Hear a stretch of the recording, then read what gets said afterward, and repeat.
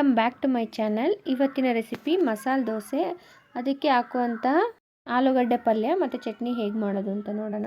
ಮೊದಲಿಗೆ ಆಲೂಗಡ್ಡೆ ಪಲ್ಯ ಮಾಡ್ಕೊಳ್ಳೋದಕ್ಕೆ ಒಂದು 3 ಆಲೂಗಡ್ಡೆನ ತೊಳೆದು ಕುಕ್ಕರ್ಗೆ ಹಾಕ್ಬಿಟ್ಟು ಬೇಯಿಸಿಟ್ಕೊಳ್ಳಿ.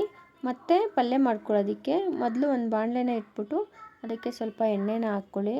ಅದಕ್ಕೆ ಸ್ವಲ್ಪ ಸಾಸಿವೆ, 1 ಸ್ಪೂನ್ ಆಗುವಷ್ಟು ಜೀರಿಗೆನ ಹಾಕ್ಬಿಟ್ಟು ಜೀರಿಗೆ ಮತ್ತು ಸಾಸಿವೆ ಚಿಟಪಟ ಅಂದಾಗ 1 ಸ್ಪೂನ್ ಆಗುವಷ್ಟು ಕಡಲೆಬೇಳೆನ ಹಾಕ್ಬಿಟ್ಟು ಕಡಲೆಬೇಳೆ ಚೆನ್ನಾಗಿ ಫ್ರೈ ಆಗೋವರೆಗೂ ಫ್ರೈ ಮಾಡ್ಕೊಳ್ಳಿ.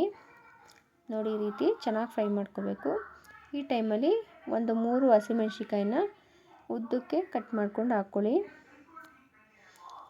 ಅದು ಚೆನ್ನಾಗಿ ಫ್ರೈ ಆದಮೇಲೆ ಅದಕ್ಕೆ ಸ್ವಲ್ಪ ಕರಿಬೇವಿನ ಸೊಪ್ಪನ್ನು ಹಾಕ್ಬಿಟ್ಟು ಮಿಕ್ಸ್ ಮಾಡ್ಕೊಳ್ಳಿ.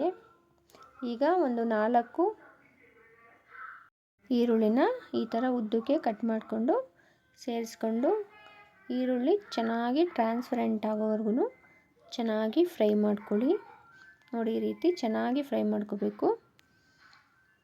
ಈ ಟೈಮಲ್ಲಿ ಒಂದು ಸ್ವಲ್ಪ ಉಪ್ಪನ್ನು ಹಾಕೊಂಡ್ರೆ ಈರುಳ್ಳಿ ಬೇಗನೆ ಫ್ರೈ ಆಗುತ್ತೆ. ನಾನಿಲ್ಲಿ ಒಂದು 3/4 ಸ್ಪೂನಷ್ಟು ಉಪ್ಪನ್ನು ಯೂಸ್ ಮಾಡ್ಕೊಂಡಿದ್ದೀನಿ. ಸ್ವಲ್ಪ ಅರಿಶಿನ ಹಾಕ್ಬಿಟ್ಟು ಚೆನ್ನಾಗಿ ಒಂದು ಸಲ ಮಿಕ್ಸ್ ಮಾಡ್ಕೊಳ್ಳಿ. ಈ ಥರ ಚೆನ್ನಾಗಿ ಮಿಕ್ಸ್ ಮಾಡ್ಕೊಂಡಾದಮೇಲೆ ಈರುಳ್ಳಿ ಚೆನ್ನಾಗಿ ಫ್ರೈ ಆಗಿರುತ್ತೆ. ಈ ಟೈಮಲ್ಲಿ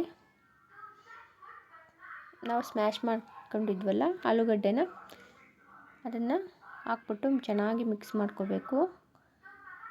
ನೋಡಿ, ಈ ರೀತಿ ಚೆನ್ನಾಗಿ ಮಿಕ್ಸ್ ಮಾಡಿಕೊಂಡು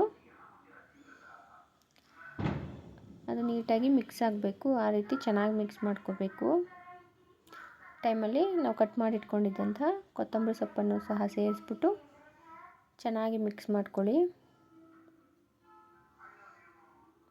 ಆಲೂಗಡ್ಡೆ ಮತ್ತು ಈರುಳ್ಳಿ ಎಲ್ಲ ಚೆನ್ನಾಗಿ ಮಿಕ್ಸ್ ಆಗಬೇಕು. ಆ ರೀತಿ ಚೆನ್ನಾಗಿ ಮಿಕ್ಸ್ ಮಾಡಿಕೊಂಡು ನೋಡಿ, ಈ ರೀತಿ ಇಷ್ಟಾದ್ರೂ ಮಾಡ್ಕೋಬೋದು. ಮತ್ತು ಇದಕ್ಕೆ ಸ್ವಲ್ಪ ಕಾಯಿ ತುರಿನೂ ಸಹ ಸೇರಿಸ್ಕೋಬೋದು. ನೋಡಿ, ಸ್ವಲ್ಪ ಒಂದು 4 ಟೇಬಲ್ ಸ್ಪೂನ್ ಆಗೋಷ್ಟು ನಾನು ಕಾಯಿ ತುರಿನ ಸೇರಿಸ್ಕೊಂಡಿದ್ದೀನಿ. ಇಲ್ಲಾಂದರೆ ನಿಮ್ಗೆ ಬೇಡ ಅಂತಂದರೆ ಸ್ಕಿಪ್ ಮಾಡ್ಕೋಬೋದು. ನೋಡಿ, ಆಲೂಗಡ್ಡೆ ಪಲ್ಯ ರೆಡಿ ಆಯಿತು.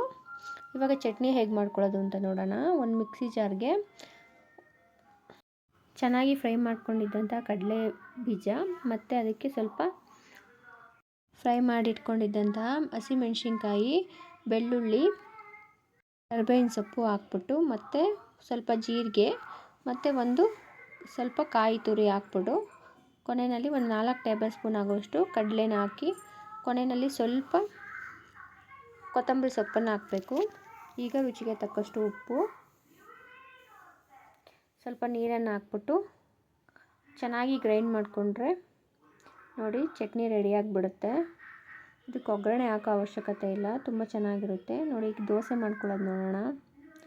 ನೋಡಿ, ಈ ರೀತಿ ಹಂಚನ್ನು ಚೆನ್ನಾಗಿ ಕಾಯಿಸ್ಕೊಂಡ್ಬಿಟ್ಟು ದೋಸೆ ಹಿಟ್ಟನ್ನು ಹಾಕ್ಬಿಟ್ಟು ಹರಡಿ ಅದಕ್ಕೆ ಸ್ವಲ್ಪ ಎಣ್ಣೆನ ಹಾಕ್ಬಿಟ್ಟು ಚೆನ್ನಾಗಿ ಬೇಯಿಸ್ಕೊಂಡ್ರೆ ದೋಸೆ ರೆಡಿಯಾಗುತ್ತೆ. ನೋಡಿ, ಆಲೂಗಡ್ಡೆ ಪಲ್ಯ, ಚಟ್ನಿ ಮತ್ತು ದೋಸೆ ರೆಡಿ ಆಯಿತು.